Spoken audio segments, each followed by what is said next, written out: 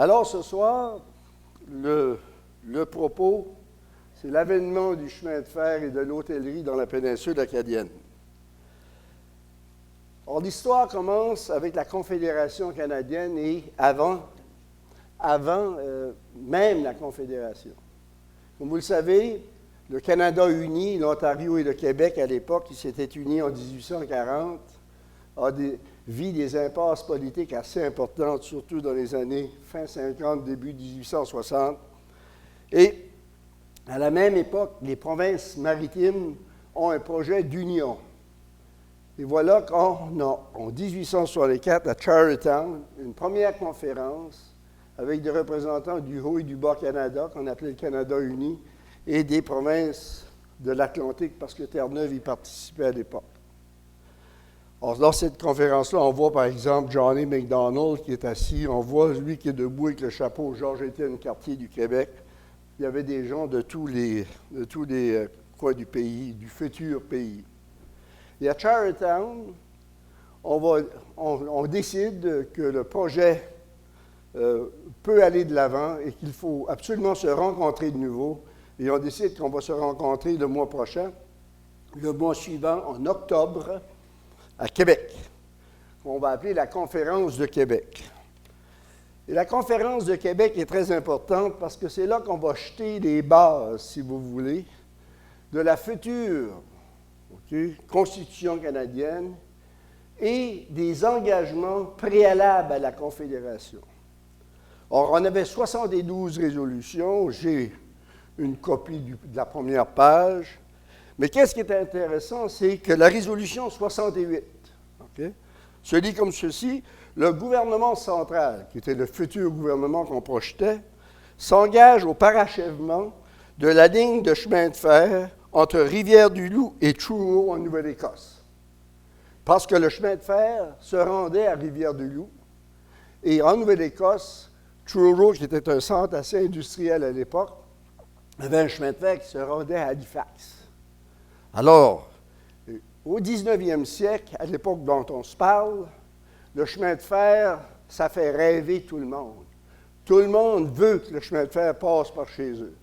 Alors, évidemment, c'était si vous voulez, des bonbons que les gens du Haut-Canada nous ont fait miroiter. Et comme vous le savez, on a eu par après d'énormes débats où on dit, par exemple, dans certains écrits, que le chemin de fer a vidé les maritimes. C'est un autre débat. Alors, on va retenir les services de Stanford Fleming.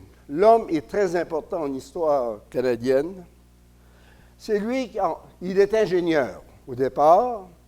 Il est originaire d'Édimbourg, à 16 km d'Édimbourg en Écosse. Il est un inventeur, il est un ingénieur. Pour vous donner un exemple, le premier timbre au Canada est de sa conception. Il va fonder la Société royale du Canada. Or, c'est un personnage très important, très respecté. Et en 1865, les autorités du Canada uni vont mandater Stanford Fleming d'établir le tracé.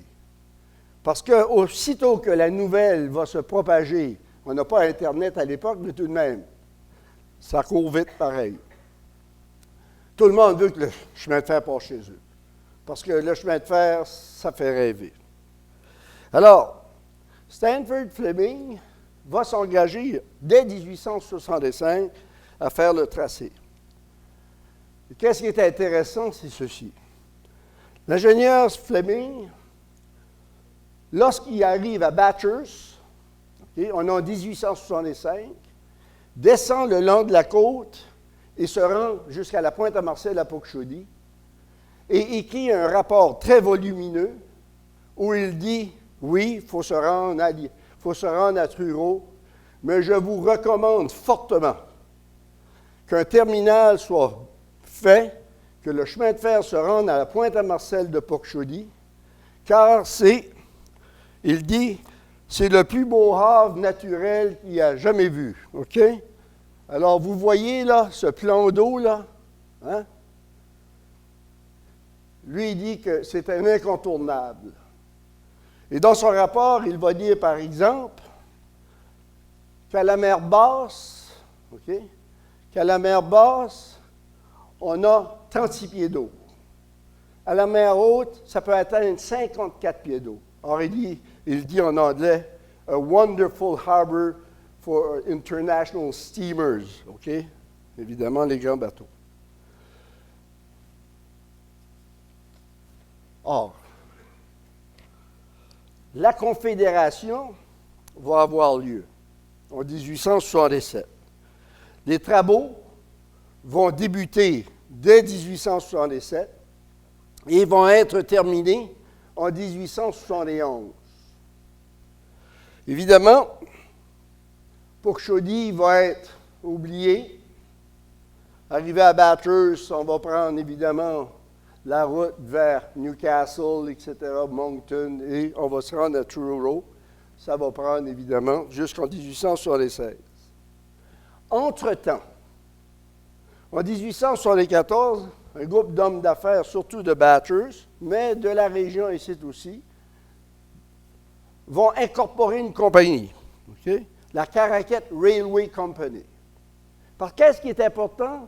C'est oui, nous allons avoir le grand tracé de Montréal à Halifax, mais là, il est important de se connecter, si vous me permettez l'expression, de se brancher, c'est pour ça qu'on appelle ça des branch lines.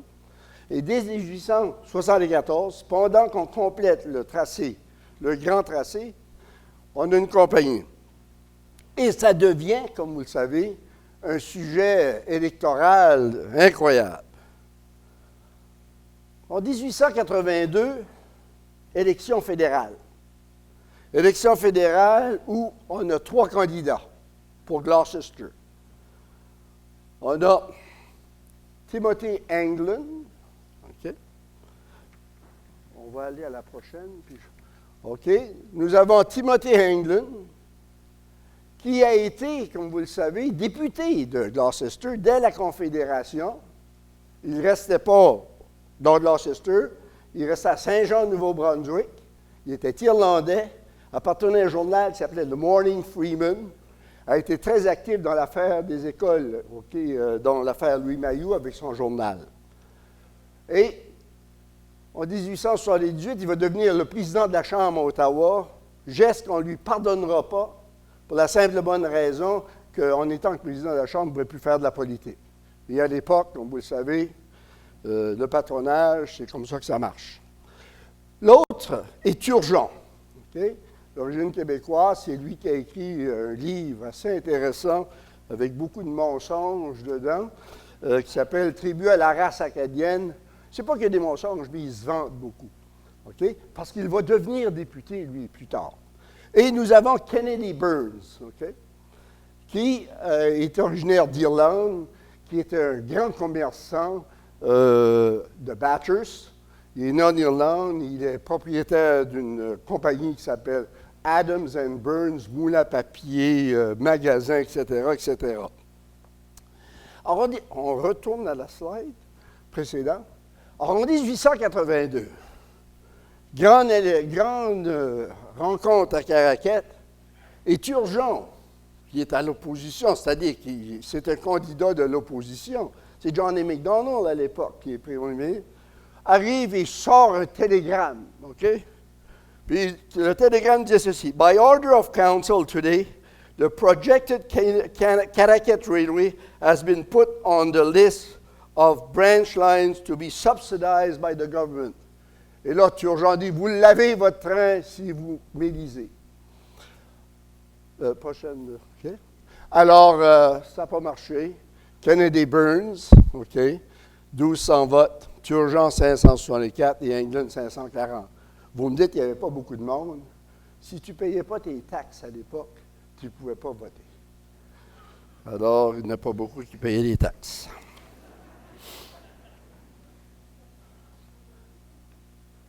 Or, les travaux. Évidemment, Kennedy Burns en 1882. Et là, nous allons procéder, si vous voulez, dans 18 mois, les travaux vont commencer. Et le 7 août 1884 à Bathurst, grande parade, fanfare. Devant le magasin à Burns, on dit qu'il y avait 100 carrioles. Okay? C'est tout un événement. Les discours, les curés d'un peu partout sont là. Et on annonce également que le tracé pour se rendre dans la péninsule acadienne sera le tracé retenu, okay, ou proposé par Fleming, c'est-à-dire jusqu'à la Pointe-à-Marcel. La Pointe-à-Marcel a été pendant longtemps Pocmouche d'aujourd'hui. Ah, il faut bâtir un smelter à Pointe-à-Marcel, il faut bâtir des choses à Pocmouche. Comme on dit toujours, il faudra avoir un hôpital à Pocmouche, il faudra avoir ici à Pocmouche. C'est comme des places martyrs, tant qu'à moi. Parce qu'on les fait rêver. Alors, on retient le tracé de Fleming. Okay?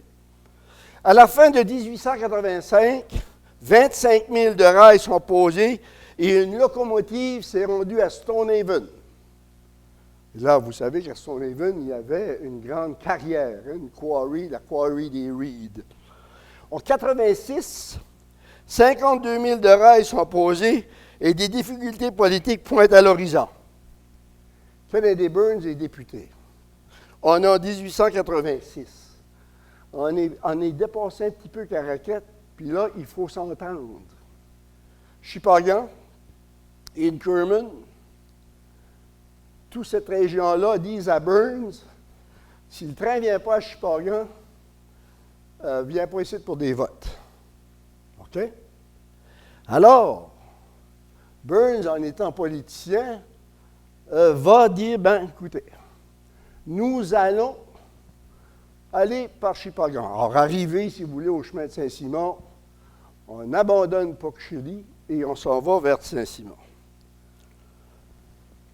Entre-temps, un homme politique et marchand très important à Caraquette, qui est Robert Young, qui est très au courant de ce qui se passe, avait, dès 1884, acheté la Pointe-à-Marcel. Okay? Et les terrains. Propriété d'ailleurs qui, je pense, appartiennent encore à des descendants de la famille. Quand tu perds ton argent, ça regarde mal. Alors,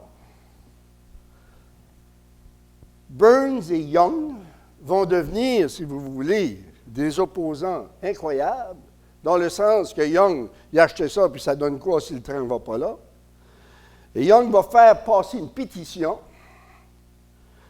OK, blâmant la compagnie, dont 7/8 de la compagnie appartient à Kennedy Burns, pour dire qu'ils n'ont pas payé les terrains sur lesquels le chemin de fer passe. Et ça a fait tout un conflit. Mais, la politique étant qu'est-ce qu'elle était à l'époque et encore aujourd'hui, le train se rend à Shippagan, c'est 70 000 de rails. Or, la subvention du fédéral était pour 60 000, mais en allant vers Shippagan, Burns sera obligé de se rendre, okay, à l'évidence qu'il lui manque de l'argent. Et là, nous allons avoir un débat en chambre épouvantable, parce que lorsque le tracé va être fourni lors du premier rapport de la compagnie, regardez-moi ça, on arrive à Pokeshaw, puis on descend pas mal bas, à Burnsville, Kennedy Burns. Il y a un moulin. C'est pour ça qu'il va là. Et là, on s'en va là, et on s'en va à Shippagan, et il n'y a plus de pas. Alors, le débat en chambre qui est mené par Blake, qui était le chef de l'opposition, qui était du Nouveau-Brunswick d'ailleurs, va dire ceci, entre autres. Il va dire, cette chambre est pleine de politiciens qui sont ici pour se voter de l'argent dans leur propre poche. Et ça a été tout un grand débat. En 1887, en novembre, ouverture officielle. Le train part de Bathurst le matin. La locomotive, qui est la numéro 33, à boucane puis à chauffe, c'est à vapeur. Une locomotive qui avait été bâtie à Glasgow, en Écosse. On descend et on arrête, évidemment, un peu partout. où il y a des débarcadères ou des petites stations pour ramasser les gens qui veulent aller à la grande fête qui va être à Shippagan. Arrivé à Caraquette, la fanfare, tout le monde est là. Philippe Reeve fait un très grand discours et on continue vers Shippagan, où le père Trudel, le père Allard, le père Doucette, qui était curé de Shippagan, Lamec et Caraquette à l'époque, font des grands discours, il y a un banquet. Et vers 7 heures le soir, le train repart. Et lorsque le train repart, arrivé où était Jiffy à Shippagan, Nazaire Lantaigne, 36 ans, père d'un petit garçon de 2 ans, tombe en bas du train et se fait sectionner en deux par les roues d'un wagon. Tragédie, qui a un peu assombri cette journée-là. 3 semaines plus tard, le 17 décembre 1887, au port McIntosh, où est Saint-Anne-du-Bocage, OK? Chute de la locomotive et du tender en bas du pont. Et ça, écoutez ceci. Le 16, le train, il partait de Bathurst le matin tôt, descendait jusqu'à Shippagan, tournait et revenait le soir. Or, le 16 décembre 1887, tempête de neige. Et l'expression est « le train a couché à Shippagan ». C'est une place comme un autre pour coucher, là, Shippagan. Alors, le train couchait à Shippagan, et le lendemain matin, une fois que la tempête est un peu terminée, on monte, et arrivé où est la place Saint-Pierre, OK, juste après la place Saint-Pierre, il y a un gros banc de neige sur le pont de la rivière McIntosh. On détache les wagons. On regarde que le tender et l'engin, la locomotive. Il y a des gars qui embarquent dans le tender. Puis le tender, c'est le petit wagon sur on met le charbon ou le bois. Puis c'est un mot français. OK? Ça s'appelle tender en français comme en anglais. Alors, on monte la vapeur pour on se donne l'air. Puis lorsqu'on frappe dans le banc, la locomotive tombe en bas, puis le tender. 8 morts, 5 blessés. Des victimes, Kearney, 25 ans, Félix Boucher, 24 ans, Jean-Louis Paulin, 30 ans, 8 enfants, John Carney, 30 ans, 5 enfants, Nenigan, 31 ans, 4 enfants, Joseph Vienneau, 30 ans, 5 enfants, Octave Pinette, 23 ans, et Frank Miller, 20 ans. Les blessés, Hippolyte Foulem, Élie Haché, Octave Cormier, c'est Duncan et non Duncan, là, Patterson et James Gordon. Alors, ça va mal. Un gars s'est fait tuer lors de l'ouverture, puis là, on a 8 autres morts puis des blessés. Suit évidemment des procédures judiciaires dont la veuve Carney. On fait une souscription de fonds populaires, on va ramasser une douzaine de 100 piastres. La compagnie va être, à un moment donné, obligée de donner quelques milliers de dollars aux veuves. C'est intéressant. Et là, commence un autre débat. Parce qu'on n'a pas été à Port-Chaudy. Parce que le train ne se rend pas, si vous voulez, près de la mer. Il est important que le train puisse aller sur un quai. Et surtout dans le temps d'une force urgente à partir de 1901, 1902, des lettres et des lettres pour que le train puisse se rendre sur le quai. Et c'est pour cette raison-là que le quai Foley, comme vous voyez, a cette grande courbe. C'était pour permettre au train. Et le plan était le suivant. Au grain de folie, il y avait l'embranche, il y avait la ligne principale qui s'en allait vers Shippagan, mais on projetait, avec un dégradé, jusqu'à la côte à Foley pour prendre le quai.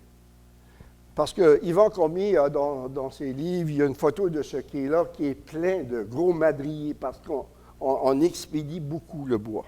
Okay? Alors, c'est très important de voir. Et par après, lorsque la Gorton Pew va être ouverte en 1940, Le débat commence toujours parce que là, il va y avoir une ligne qui va se rendre jusqu'à Gordon Pugh, mais on veut lui faire traverser le chemin pour y aller aussi sur le quai. Pendant qu'on construit le Caracat Railway,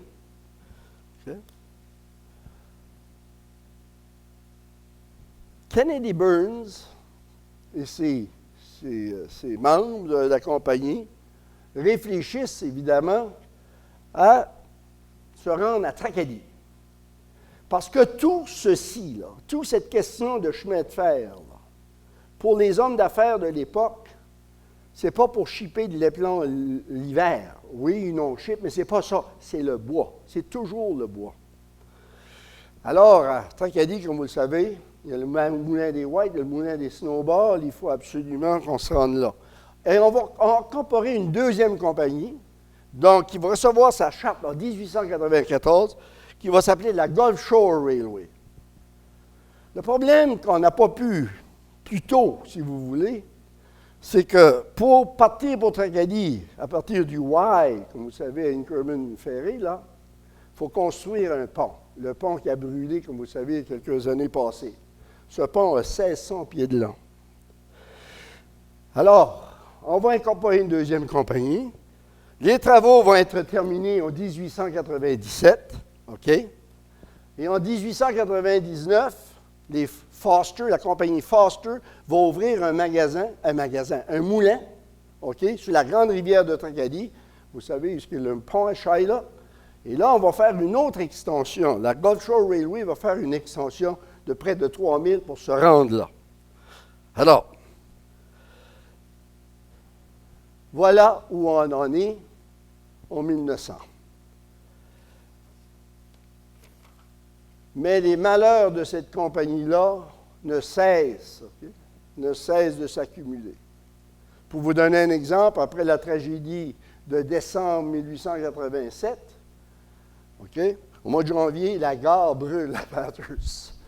C'était la gare de Gloucester Junction, de ce côté-ci, là. Le train déraille. Il y a une tempête de neige. Et là, à un moment donné, bien, écoutez, le train ne descend plus. L'hiver, il arrête pour des semaines. Et je ne sais pas si vous en souvenez.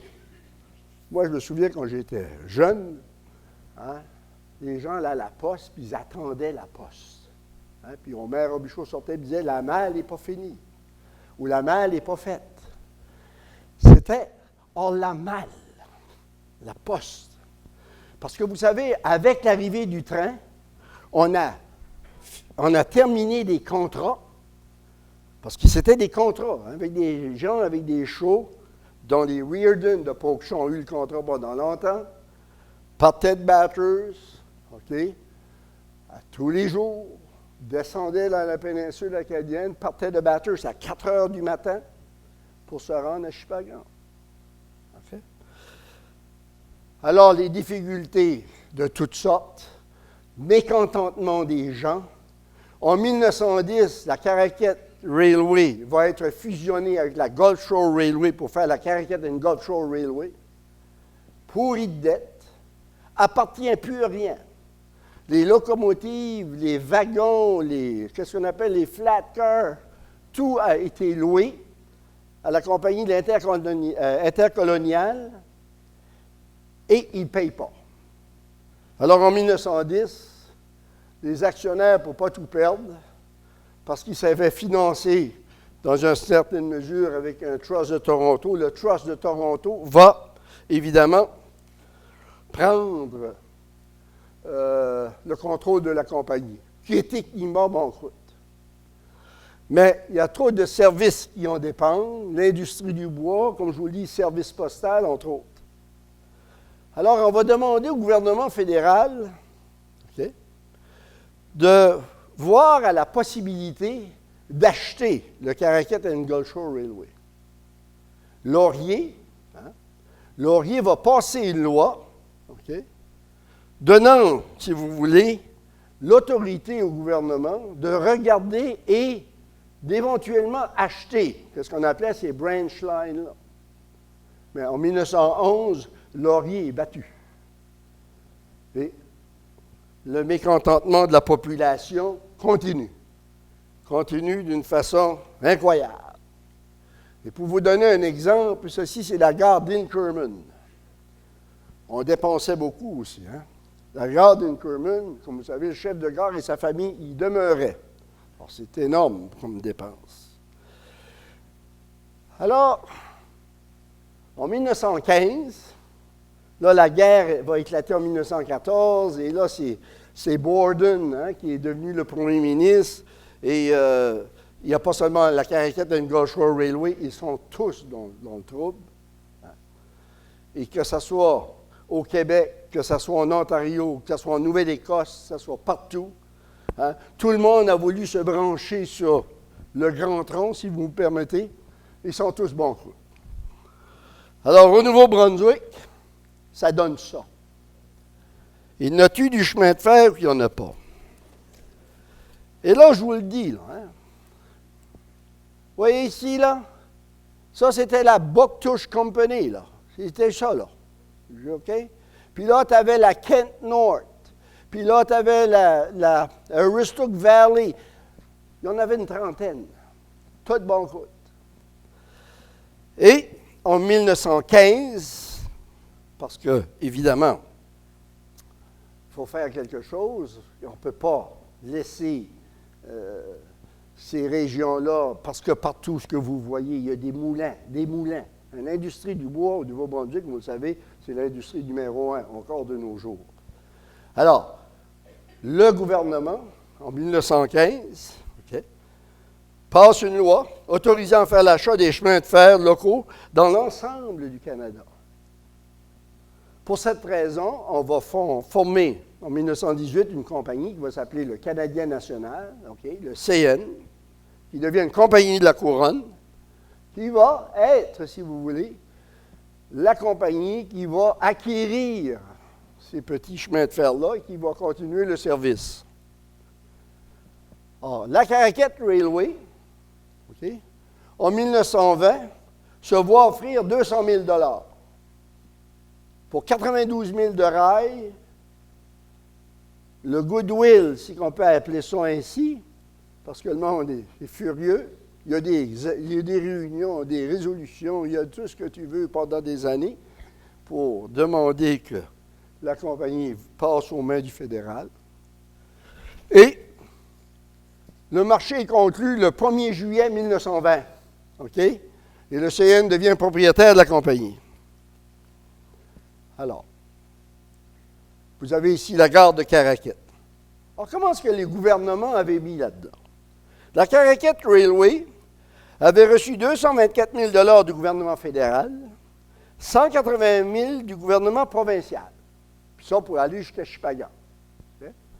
La Gulf Shore Railway, c'était juste tout de même, une quinzaine de mille, 53 000 du gouvernement fédéral, puis 42 000 du gouvernement provincial. Et là, pourquoi? C'est un peu, hein? Si vous comparez le kilométrage ou le millage entre les deux projets, on avait le pont d'Inkerman à bâtir de 1600 pieds et arriver à Tracadie pour se rendre dans le village de Tracadie. Mais on avait le pont, le Snowball, vous savez, le pont, hein, qui était évidemment de 600 pieds. Alors, c'était un demi-million tout de même que les gouvernements avaient investi. Alors, un demi-million dans les années 1880 et 90, c'est de l'argent. Or, on va vendre, et pour célébrer cette vente extraordinaire, là, les gens disent, avec le CN, Dieu arrive, on a un grand banquet, un très grand banquet à l'hôtel Château-Albert, que vous voyez là, où, évidemment, sont présents des députés, tout le gratin, si vous voulez, du comté de l'Ulster. Mais il y a aussi Angus MacLean. Angus MacLean, c'est le grand patron du nouveau moulin pâte et papier de Bathurst. Alors, c'est ça. C'est ça la force qu'il y avait en arrière pour que le gouvernement la jette. C'est qu'il faut aller du bois à Bathurst. Alors, j'ai trouvé dans l'Évangéline le menu de la soirée. Je vous le lis. Le château Albert était décoré pour l'occasion. Le menu suivant, fort goûté par les convives. Souper, olives, amandes, tomates à la crème, saumon de la baie des Chaleurs avec sauce CNR. Si quelqu'un peut me trouver la recette de la sauce CNR, dites-moi-le. Pommes de terre, pois verts. Salade au poulet de céleri, crème glacée acadienne, gâteau caraquette, très connu le gâteau caraquette, hein? OK, fruits, noix, bonbons, café, cigares, bonne entente. Or, évidemment, hein, c'était toute une époque. Conclusion de la première partie, parce que j'ai deux parties, là, on va parler des hôtels. Okay? Les visiteurs promis ne sont pas venus et le train continue de dérailler. Ça, c'est à Bass River en 1926. Qu'est-ce qu'il faut comprendre? C'est que le train, à l'époque, hein, fait rêver littéralement des populations. Hein? Une expression qu'on entend beaucoup moins, mais qu'on entendait lorsqu'on était enfant. Hein? Lorsqu'on dit qu'il est parti à Montréal, puis il est parti sur des gros chars. On se souvenait de ça, hein? Mais prendre les gros chars. Et pour vous donner un exemple de cet engouement-là, qui était généralisé, vous avez qu'à revoir Séraphin ou lire Un homme et sans péché de Claude-Henri Grignon et le curé Labelle et son obsession pour le petit train du Nord. Bien, le Caraquette Railway, c'était le petit train de la péninsule. C'était le même phénomène. Et on disait à l'époque qu'avec le train, nous allions bénéficier, évidemment, de la venue de visiteurs à des nombres incroyables. On a des revues, hein, avec des revues américaines qui vantent, entre autres, hein, la rivière de Pocmouche comme étant la rivière la plus poissonneuse et la meilleure, OK, pour des pêcheurs à la ligne, pour anglers, OK? J'ai appelé ça Anglers Paradise on Pocmouche River, en tout cas. Bref, c'est ça. Alors, le train arrive, on va bâtir des hôtels. C'est ma deuxième partie. Alors, vous avez ici une photo que tout le monde connaît bien. OK? C'est Caraquette. C'est l'hôtel Dominion. C'est l'hôtel à Gérard Paulin, alias Nounou, qui a juste 2 étages à l'époque. Et vous avez le Château Albert. On va partir de Grand-Anse et je vous nommerai d'autres hôtels plus tard. Grand-Anse, hein? On va dire que la péninsule acadienne commence là. Alors, vous avez l'hôtel Thériault. Okay? Propriétaire Séverin Thériault. Il y aura aussi un autre hôtel qui va porter le nom d'hôtel Thériault à Grand-Anse plus tard. Ce sont des grandes demeures. Et il faut comprendre qu'ici, on est passé à l'hôtel. Auparavant, pas dans la région ici, mais si jamais vous descendiez, par exemple, à Fredericton en 1860, on avait ce qu'on appelait des roadhouse. C'est-à-dire, tu pars de Tracadie, puis arrivé à Lower Newcastle, par exemple, bien là, tu arrêtes, tu couches, il y a l'écurie pour ton cheval et tout ça. Mais à partir du train, on va surtout parler d'hôtels. À Grand-Anse aussi, plus jeune, vous aviez le North Shore Hotel and Cabin. Très, très beau bâtiment. Hein? À Burnsville, ah oui, Kennedy Burns, lui, il y avait un moulin là, il y avait beaucoup de trafic. Vous allez avoir l'hôtel Branch, OK, de William Branch. On continue. À Caraquette, vous avez la Pointe-Rocheuse, l'hôtel Poirier, propriétaire Louis Poirier. Et ici, vous allez assister à une première. Vous voyez l'affiche en haut de la porte, l'hôtel Poirier, pour vous dire que le génie acadien est sans limite, parce que ça a tout fait bon coup, ces hôtels-là, vous savez. Il y a juste Nounou qui t'offre, là.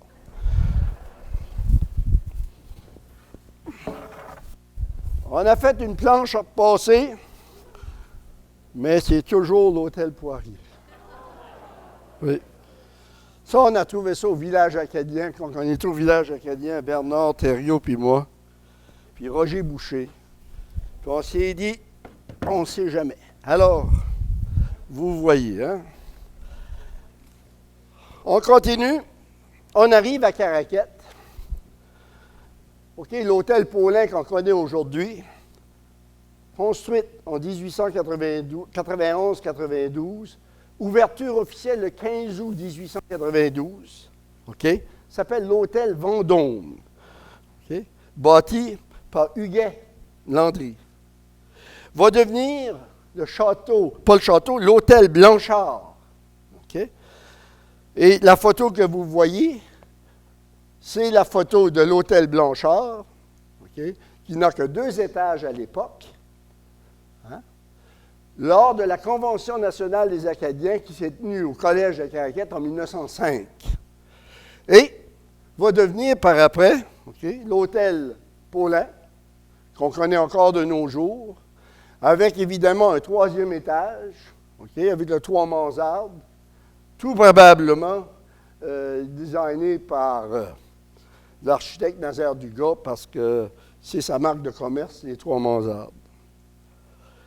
Et là, vous avez peut-être le plus grand hôtel, qui est le Château Albert, bâti par Pierre P. Albert en 1907. Okay? 24 chambres, écurie pour 9 chevaux. Alors, tous ces hôtels, il faut avoir une écurie. Hein? Et la plupart de ces hôtels-là, ils ont du papier à lettres dans les chambres, puis c'est bien marqué. Okay? Library, okay? In connection. Okay? 24 chambres, écurie. Va bon coûter pendant la construction, ça va mal. Caserne militaire entre 1914 et 1918. Va devenir, comme vous le savez, un édifice où on va avoir des logements. En 1920, c'est vendu à Joseph Dumas. Et ça, c'est intéressant. Écoutez-moi cette petite histoire ici. Joseph Dumas, de Grand-Anse, qui va se porter acquéreur de l'hôtel en 1920, avait construit une usine d'emploi, tu sais, de l'emploi, du starch, à Grand-Anse. Et pour faire de l'emploi, bien évidemment, ça te prend une bouilloire, ça te prend, qu'est-ce qu'on dit, un boiler. Et le boiler qu'il va utiliser sera le boiler de la locomotive qui avait tombé en bas du pont McIntosh en 1887. C'est juste pour te dire, hein? Oui. En 1944, c'est vendu à Ashley Coulter de Fredericton, qui était aussi porté acquéreur des Lauguet. OK? Et en 1952, Olivier Robichaud, hein, qu'on a bien connu, qui a aussi été propriétaire du théâtre, va l'acheter en 1952. Et le 12 mars 1955, comme vous le savez, ça a été très dramatique. Hein? Yvon Légère, entre autres, Omer Robichaud, ils vivaient dans ça. Ils ont été très chanceux de ne pas perdre la vie. Et moi, c'est peut-être le souvenir, j'ai 4 ans, le 12 mars 1955, et je me souviens qu'on m'a levé, et de la maison à Bernard Thériault en haut, on voyait les flammes, c'est haut là, on voyait les flammes, et je sais qu'on me tenait dans les bras, puis je gardais ça. C'est peut-être le plus ancien souvenir que j'ai. Or, le Château Albert, comme vous le savez, a été un magasin. Mathilda Blanchard a eu un salon de coiffure. Réal, okay, Albert, le barbier le père Aubin Albert a eu un salon de barbier. Hein? Au magasin, Omer Robichaud y a travaillé. Cécile Mourant. Séraphin Cormier a été boucher. Lily Savoie. Marianne Blanchard. Gertrude Albert. Aubéline Landry. Ernest Landry de Pocmouche, qui est l'oncle à Aline, d'ailleurs. Pelletier. Pelletier était comptable. Il avait été ici pour la banque au départ. Et lorsqu'il meurt en 1947, c'est Germaine Archie qui va prendre sa place. Berthilde Cormier, qu'on connaît, Berthilde Mourant, elle est ici ce soir. Et si vous voulez avoir des détails, demandez-lui. Elle a une très bonne mémoire et je fais souvent appel à Berthilde quand je suis stock. Et, évidemment, Réal Albert qui avait son salon. Alors, c'est un hôtel très imposant. et, comme vous le savez, a été reconstruit au village acadien. À côté, l'hôtel Dominion.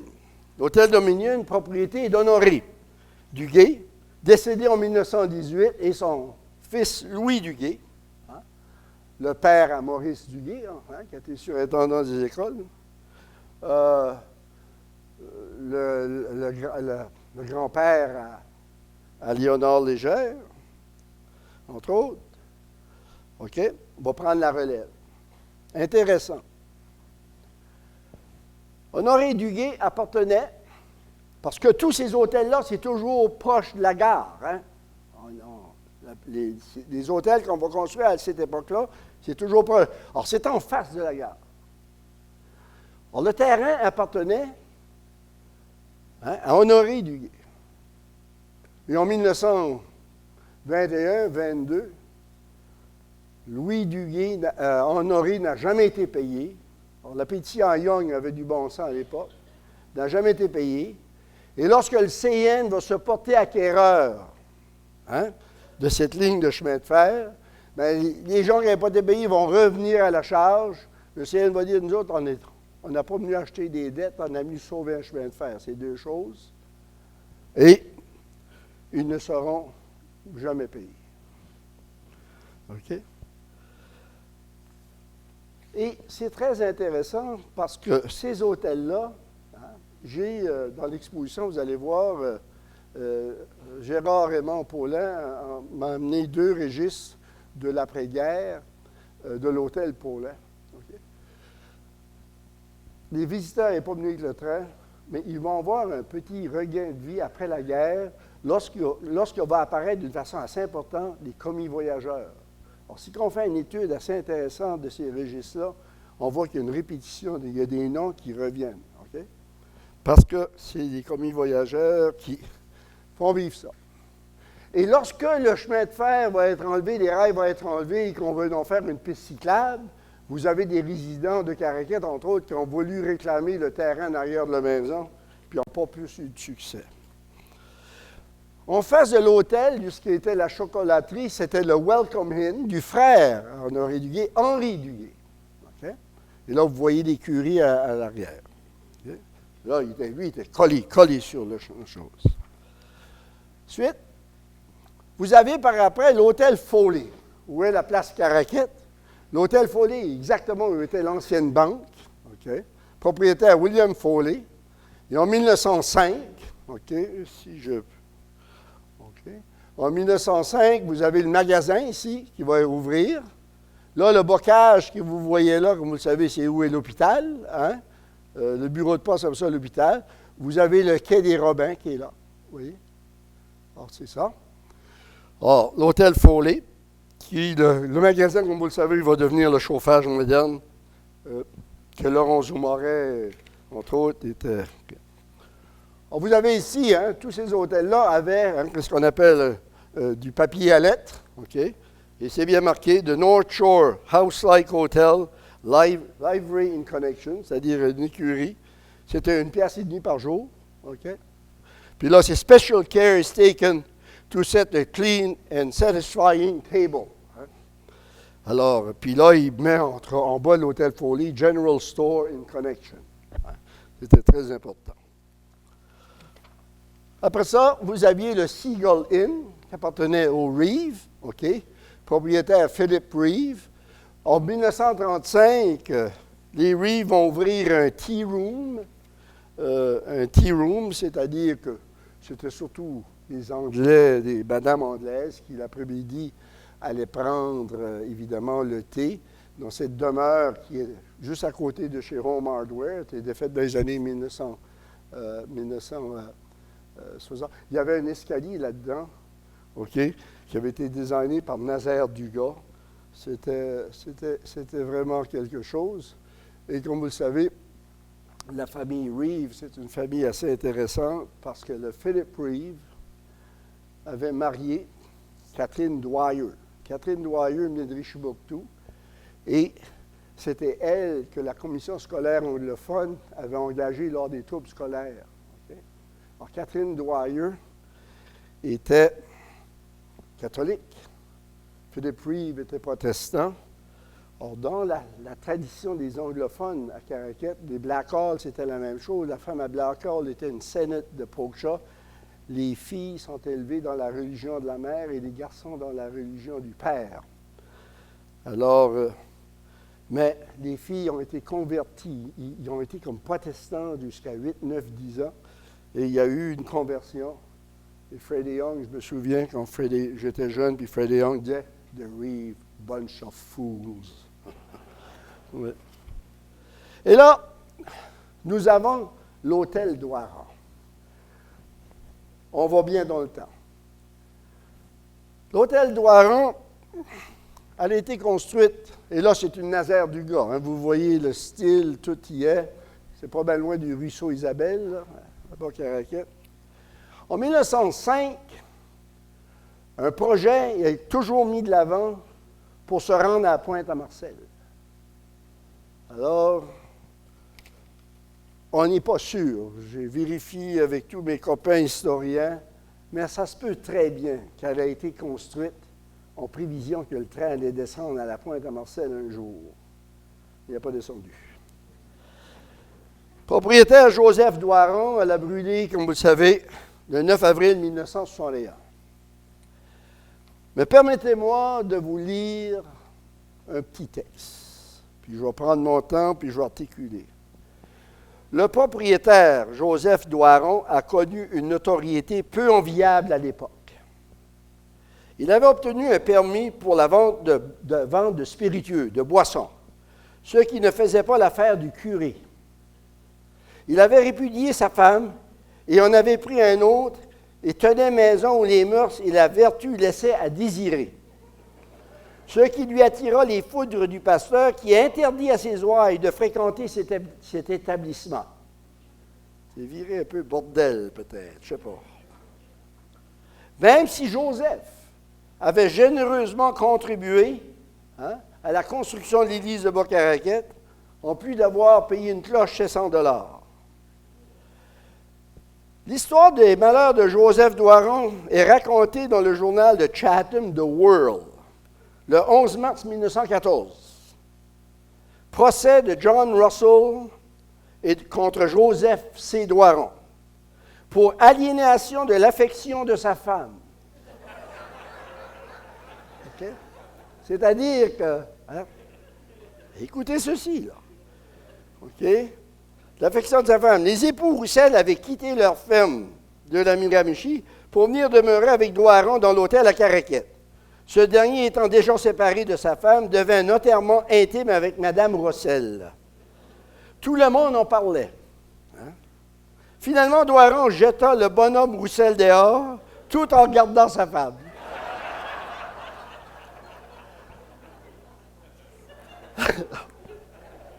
Roussel, entre-temps, le fit arrêter, et emprisonné sous accusation de vol, mais Dwaran fut acquitté.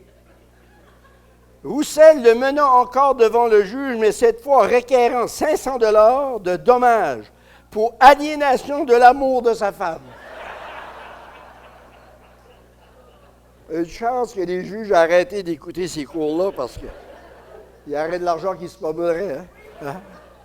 Aliénation, de l'amour de sa femme. Donc, pour lui avoir volé sa femme. Le vendredi 6 mars 1914. Le vendredi 6 mars 1914, j'arrive là. Le juge rendait verdict et lui accordait 1200 $ de dommages.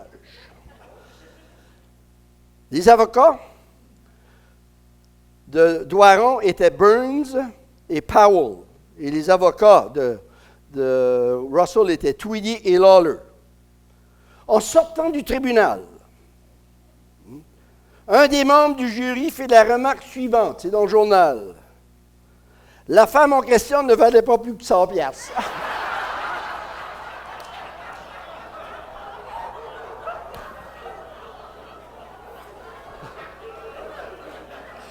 C'est dans le journal. On dit que c'était le premier procès pour aliénation d'affection, du moins dans le nord de la province. Alors, quand vous dites là, que l'histoire, c'est plate, là, il y en a de ces histoires-là. On continue. Boc-à-Raquette, OK. L'hôtel de la mer, par Nicolas Leboutillier.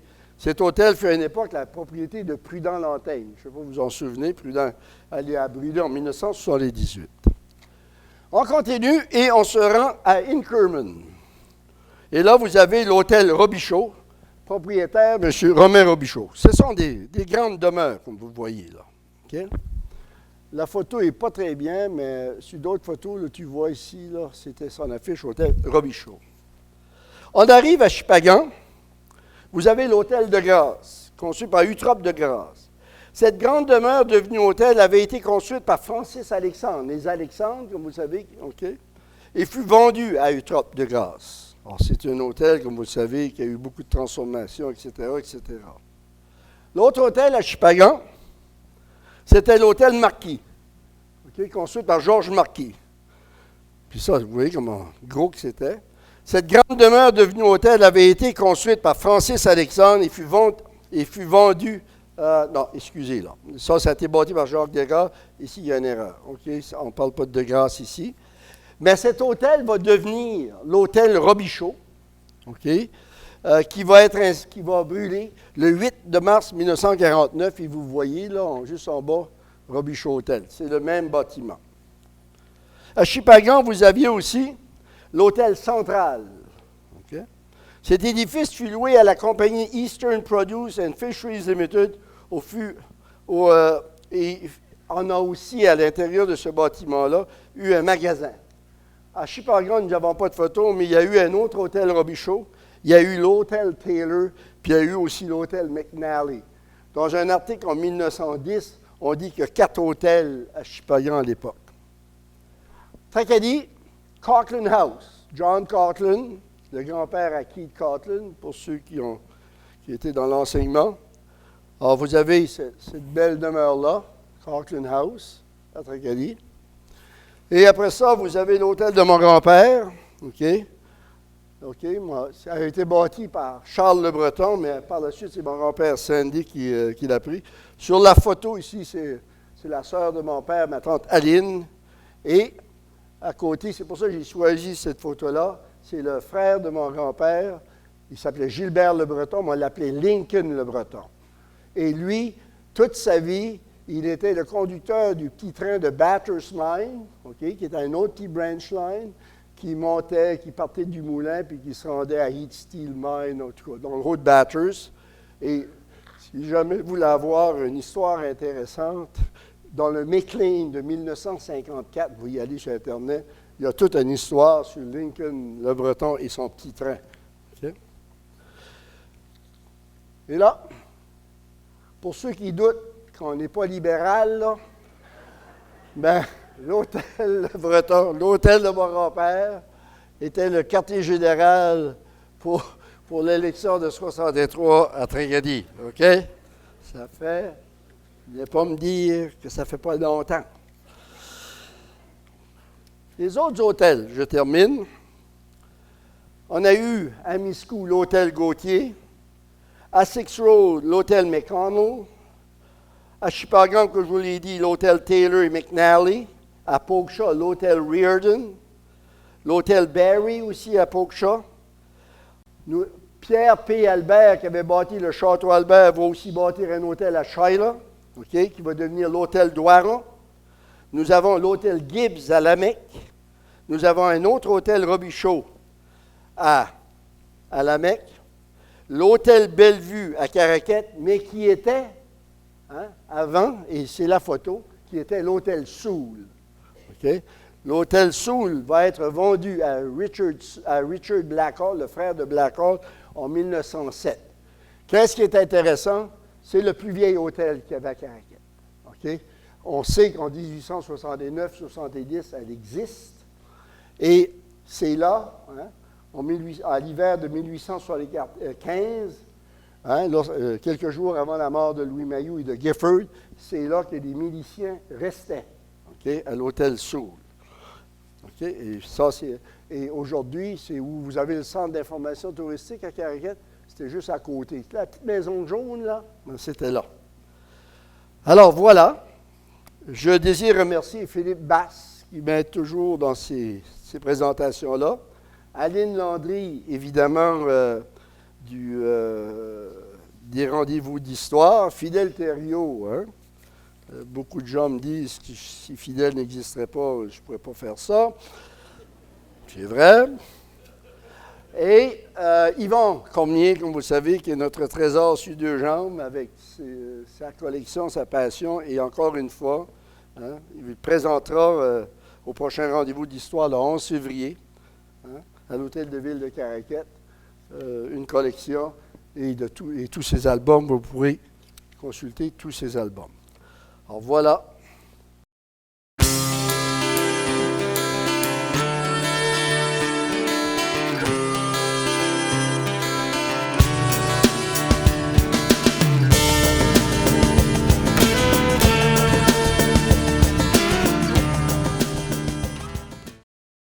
Le programme Communication médiatique offert au CCNB Campus de la Péninsule acadienne. Animation en direct sur les ondes de CCNB Radio. Gestion de pages web et de médias sociaux. Un aspect pratique développé pour acquérir les aptitudes nécessaires au domaine de la communication. Un volet multimédia avec des journées de diffusion en direct et de montage audiovisuel. Le programme Communication médiatique, c'est tout ça et encore plus. Offert en septembre. Inscris-toi maintenant.